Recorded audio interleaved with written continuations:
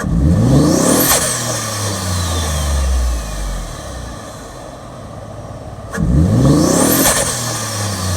guys, welcome back to the channel. This is actually going to be take 2 of attempting to install the Injen short ram dual tube intake on my F-150. Here is the box that I opened up last time. Didn't show you guys the video, and what I will tell you is if you guys are going to install some of these aftermarket intakes, specifically the Injen and I believe the AFE also, which would make sense since this is the brand, or that's the brand that made this. If you're going to install one of these intakes, you're going to want to get an extension wire for your air intake temperature sensor. That's why this is take 2. The first time I tried it did not have the wire. Let's get started.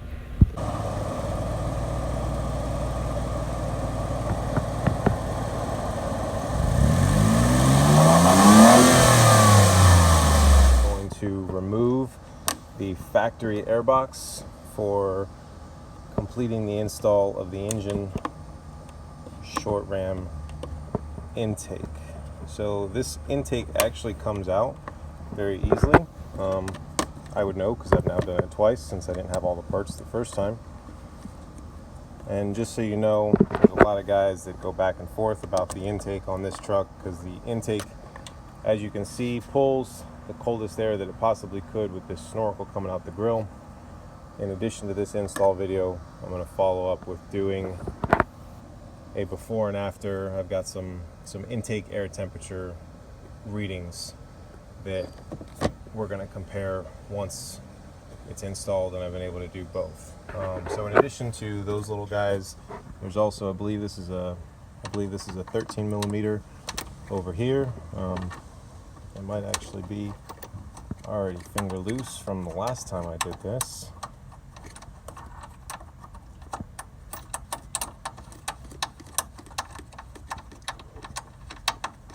There we go, 13 millimeter right there. There's a little guy that sits on top of the intake. This guy right here, just pop him out. He sits right there. And then I unscrewed the small tube, the large tube, this 13 millimeter, and if you just, there's a little thing in the bottom that kind of just pops in. And once you release that, literally the whole factory intake box just completely lifts out. I'm going to put this bad boy on the ground over there. There you go, the whole kit. So now we're going to start the install of the new kit with, actually, I lied. Before we start there, the main thing that you want to do first with this kit is because of the change in air pressure. If you see this guy right here, this, you have to do, Injen sends you a little tube that you have to slide in here, and what it does, this should just pop off once you release that little pin. And what that guy does is he regulates the pressure going into the crankcase. That's my understanding of what I've watched on the videos. And you use this little guy right here, pull it out so you can see it. You're going to pull out this little guy. This goes in that tube, and you want the open face of this tube facing towards your turbo. So if I can do this one-handed, you want this facing towards your turbo. This line is kind of in the way, but the turbo's back down there. So you're going to have the open part facing towards your turbo. Kind of squeeze that in there without messing up that line and without twisting it now that we've got it facing the right way. So that goes straight in there, and that fits right back on there. So now we should not throw a code, which sometimes happens with this intake. Next, we're going to switch over and we're going to do the heat shield. It's the first thing we're going to do. And the heat shield, I lied, before we put the heat shield in, we're going to loosen this radiator support, which I believe is another 13 millimeter. That one's not finger tight. I've got my 13 millimeter right here. All right, heat shield is installed. Now we're going to start with the large intake pipe, and we're just going to feed it through the hole over here. This guy's going to match up over there, and that guy is going to go right over here. I'm going to grab that hose clamp before I fit it on there. Now, I will be perfectly honest with you guys. I got a bigger hose clamp because the one that this came with, it was very difficult. Even with WD-40, I can get the silicone on the hose, but I could not get the hose clamp over it. It just opened and I couldn't get it to catch and bite. So I'm going to put both hose clamps, or I'm going to put both intake tubes on there, and I'll show you what it looks like once that's done. All right, so I can admit when I'm wrong, and I did go ahead and I ordered that temperature extender, but I found another port right here on the back of this intake tube. I just dropped the grommet, so I'm going to go ahead and do the install and order another grommet so that tape's not on there for too long.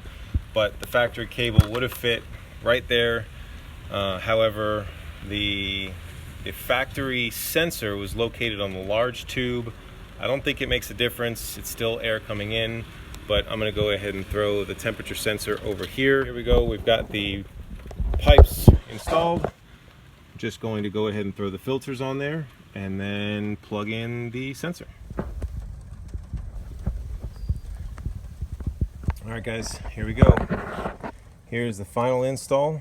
Everything is tight. Everything's done. Filters are on tight. I have not started it up yet. Just want to check all these fittings. Everything looks tight. I've got my temperature sensor down installed over here. I did use 2 extensions to get it all the way over here, but like I said, now that you guys see that I goofed up, you may not need one. Let's do the first startup. See if we throw a code and see how she sounds.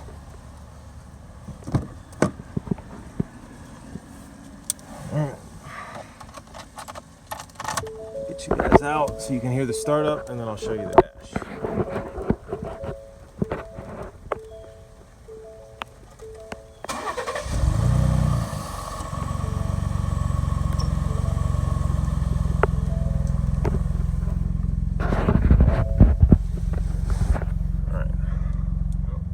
Like initially we have a code. I'll come out here later tonight and I will do my code reader and I'll see what kind of a code we pulled. Right now I'm going to see if we can hear anything different on the intake.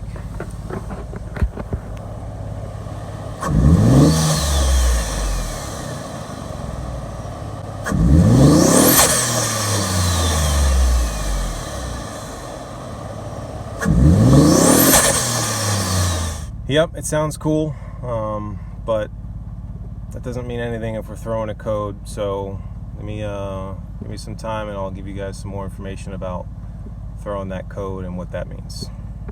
Alright, so last night I messed with the code reader and found out that the code we were throwing on the new intake was actually the intake air temperature sensor.